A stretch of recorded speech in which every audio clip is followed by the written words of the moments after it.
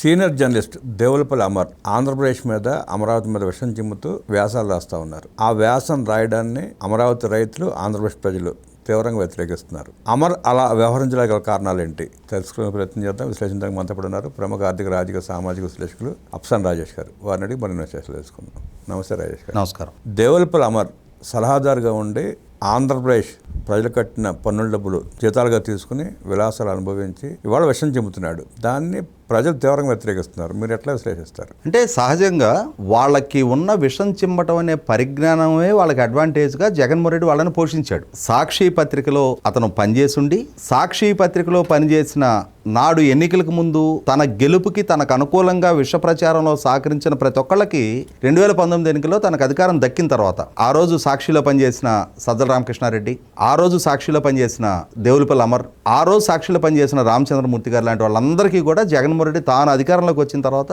అదే క్రమంలో 2014-19 మధ్య చంద్రబాబు నాయుడు గారి ప్రభుత్వానికి వ్యతిరేకంగా వివిధ సామాజిక వర్గాలలో ప్రభుత్వం పట్ల వ్యతిరేకత పెంచడం కోసం మేధావుల ముసుగులో పనిచేసిన చాలామంది రిటైర్డ్ జడ్జిలు, రిటైర్డ్ ఐఏఎస్లు, రిటైర్డ్ ఐపీఎస్లు, వీళ్ళందరికీ కూడా 2019లో అంటే తన గెలుపుకి దోహదం చేసిన, తనకి ఈ అధికారం దక్కటంలో తమ వంతు తాము పోషించిన ప్రతి ఒక్కళ్ళకి తన వైపు నుంచి ఆ గ్రాటిట్యూడ్ ప్రదర్శిస్తా తలా ఒక సలహాదారుడు పదవులు అప్పచెప్పేశాడు. నాడు జగన్మోహన్ రెడ్డికి అనుకూలంగా ప్రచారం చేసిన జస్టిస్ నాగార్జున రెడ్డికి ఏపీ ఈఆర్సీ చైర్మన్, జస్టిస్ ఈశ్వరయ్యకి ఇంకొక పదవి, ఇట్లా ఒక్కొక్కళ్ళకి ఒక్కొక్క పదవులు అప్పచెప్పేశాడు. అందులో భాగంగానే నాడు సాక్షి సిబ్బంది అంటే సాక్షిలో కీలక విధులు నిర్వహించిన నారాసుర రక్త చరిత్ర లాంటి కథనాలు వండి వార్చడంలో సిద్ధహస్తులైన సజ్జల రామకృష్ణారెడ్డి, దేవులపల్లి అమర్ లాంటి వాళ్ళని సజ్జల రామకృష్ణారెడ్డిని ప్రభుత్వ ప్రధాన సలహాదారుడిగా నియమించుకున్నారు. దేవులపల్లి అమర్ని జాతీయ మీడియా కోఆర్డినేటర్ అని చెప్పని, అలా కోఆర్డినేటర్ గా ఆయన వ్యవహరించబట్టే కదా టైమ్స్ ఆఫ్ ఇండియా సంస్థకి ఆంధ్రప్రదేశ్ రాష్ట్ర ప్రభుత్వం నుంచి 28 కోట్ల రూపాయలు వాళ్ళతోటి ఒప్పందం చేసుకొని, అలా ఒప్పందం చేసుకున్నందుకు టైమ్స్ ఆఫ్ ఇండియా వాళ్ళు ఒక సర్వే చేశారు. ఆ సర్వేలో రాష్ట్రంలో 24 సీట్లు వైసీపీకి, 1 సీటు టీడీపీకి వస్తే రావచ్చు లేకపోతే లేదు అనే ఎంపీ సీట్లు ఒక ఫేక్ సర్వే రిపోర్టు విడుదల చేయించి జగన్మోహన్ రెడ్డికి అనుకూలంగా ప్రజల అభిప్రాయ పోలరైజేషన్ కోసం ప్రయత్నం చేశాడు ఈ దేవులపల్లి అమర్. ఆయన ఇవాళ ఆంధ్రప్రదేశ్ రాష్ట్ర రాజధానిగా రూపుదిద్దుకుంటున్నా, నిర్మాణం జరుపుకుంటున్నా ఇక్కడ ఒక ప్రత్యేక పరిస్థితులు కూడా చెప్పుకోవాలి. 5 కోట్ల మంది ఆంధ్రప్రదేశ్ పౌర సమాజం కూడా భారతదేశపు పౌర సమాజంలో అంతర్భాగమే. ఆంధ్రప్రదేశ్ రాష్ట్రం కూడా భారతదేశపు 29 రాష్ట్రాల్లో ఒక రాష్ట్రమే. కానీ ఒక్క ఆంధ్రప్రదేశ్ మాత్రమే గడిచిన 7 దశాబ్దాలుగా, కొన్నాళ్ళు మెడ్రాసు ఉమ్మడి రాష్ట్రంలో అంతర్భాగంగా ఉంది, తర్వాత ప్రత్యేక ఆంధ్ర రాష్ట్రంగా ఒక 3 సంవత్సరాలు మాత్రమే కొనసాగింది. ఆ తర్వాత 58 సంవత్సరాల పాటు, 58 సంవత్సరాల పాటు హైదరాబాద్ రాష్ట్రం, ఆంధ్ర రాష్ట్రం కలిసి ఆంధ్రప్రదేశ్ రాష్ట్రంగా హైదరాబాద్ రాజధానిగా కొనసాగినాయి. ఇలా కొనసాగి మళ్ళీ 2014 నాటికి మళ్ళీ ఆంధ్రప్రదేశ్ అనే ఒక ప్రత్యేక రాష్ట్రంగా విడివడింది. అంటే స్వాతంత్రం సిద్ధించిన 1947లో స్వాతంత్రం సిద్ధిస్తే ఆ తర్వాత 2014 నాటికి దాదాపుగా 67 సంవత్సరాల వరకు ఆంధ్ర ప్రాంతానికి ఒక ప్రత్యేక రాజధాని లేని స్థితి. ప్రతి సందర్భంలో ఏదో ఒక రాష్ట్రంలో అంతర్భాగంగా కొనసాగుతూ ఉంటాం. కేవలం ఒక 3 సంవత్సరాలు మాత్రమే ఆంధ్ర రాష్ట్రం కర్నూలు రాజధానిగా కొనసాగుండి మళ్ళీ తిరిగి హైదరాబాద్ రాష్ట్రంతో విలీనమయ్యి చివరికి 2014లో ఆంధ్రప్రదేశ్ అనే ఒక రాష్ట్రంగా ఆవిర్భవిస్తూ లోటు బడ్జెట్తో రాజధాని లేని స్థితిలో రాష్ట్ర ఏర్పాటు జరిగింది. మరి ఆ రాష్ట్రానికి ఒక రాజధాని నిర్మాణం చేసుకునే హక్కు, స్వేచ్ఛ, అధికారం పార్లమెంటు ద్వారా ఏ విభజన చట్టంతో అయితే ఆంధ్రప్రదేశ్ అనే రాష్ట్రాన్ని తెలంగాణ, ఆంధ్రప్రదేశ్ అనే 2 రాష్ట్రాలుగా విడగొట్టారో ఆ విభజన చట్టంలోనే విడివడిన రాష్ట్రానికి తొలిగా ఏర్పడే ప్రభుత్వానికి ఆ అధికారం కల్పిస్తూ విభజన చట్టంలో మెన్షన్ చేశారు. మరి తొలిగా ఏర్పాటైన చంద్రబాబు నాయుడు గారి నాయకత్వంలో ఉన్న ప్రభుత్వం ఆ అధికారాన్ని సద్వినియోగం చేసుకుంటా అసెంబ్లీ వేదికగా విజయవాడ, గుంటూరు మధ్య రాజధానిని ప్రతిపాదించున్నాడు. ఈ దేవులపల్లి అమర్ గడిచిన దశాబ్ద కాలంగా ఎవరి సేవలైతే తరిస్తా ఉన్నాడో ఆ వైఎస్ జగన్మోహన్ రెడ్డి నాడు ప్రతిపక్ష నాయకుడిగా అతను ఏమన్నాడు, ఇప్పటికే 13 జిల్లాల చిన్న రాష్ట్రంగా విడివడిన ఆంధ్ర రాష్ట్రానికి ఇప్పుడు ఈ ప్రభుత్వం ద్వారా ప్రతిపాదిస్తున్న విజయవాడ, గుంటూరు మధ్య ఉన్న రాజధాని నేను మనస్ఫూర్తిగా మద్దతిస్తున్నా.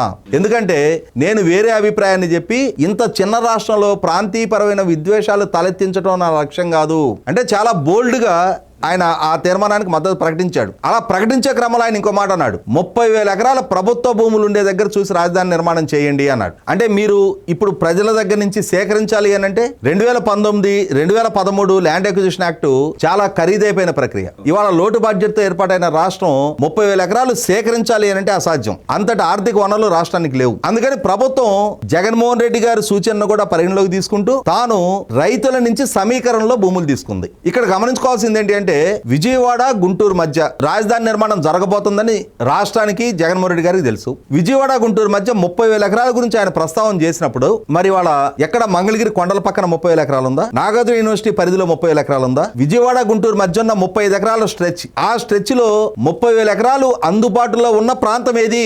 అమరావతి. ఇప్పుడు ప్రతిపాదించిన 29 గ్రామాల పరిధిలోనే 30,000 ఎకరాలు అందుబాటులో ఉంది.